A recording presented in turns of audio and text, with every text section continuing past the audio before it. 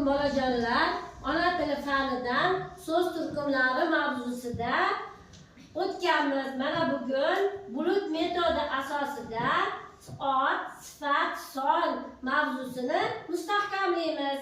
Buning uchun biz nima qilishimiz kerak? Mana bulut tomchilari ichida so'zlardan otni, sifatni, sonni yopishtirib mustahkamlab chiqamiz. Kim chiqadi? Kim javob beradi? Muxlisa, otga, Sardot, sifatga, Otabek, songa chiqinglar.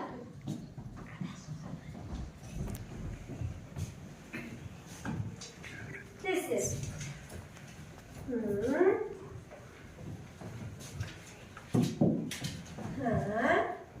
Chiroyli.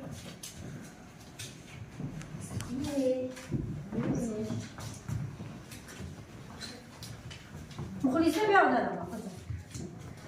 Bu yoqdan olma.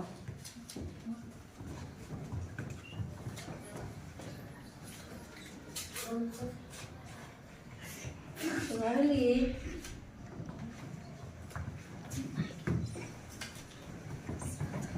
Olma.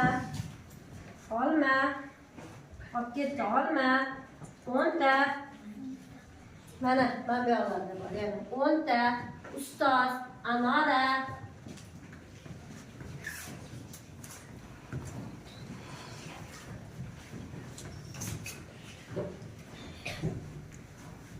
Olinglar tez. 10 ta.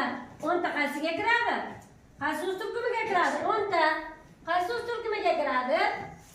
Olamiz. Olma. Nima? So'roqqa javob beradimi? Qanaqa so'roqqa javob beradi? Nima? Otmi? Sonmi yo sifatmi? Ot. Bilimli. Qanday bilimli? 10 ta. Nechta? Qaysi so'z turkumiga kiradi? Songa kiradi. Ustoz. Anora. Olma. Qalam. Mana bugun aziz o'quvchilar, so'z turkumlari bo'yicha ot, sifat, son so'z turkumlarini mustahkamlab oldik.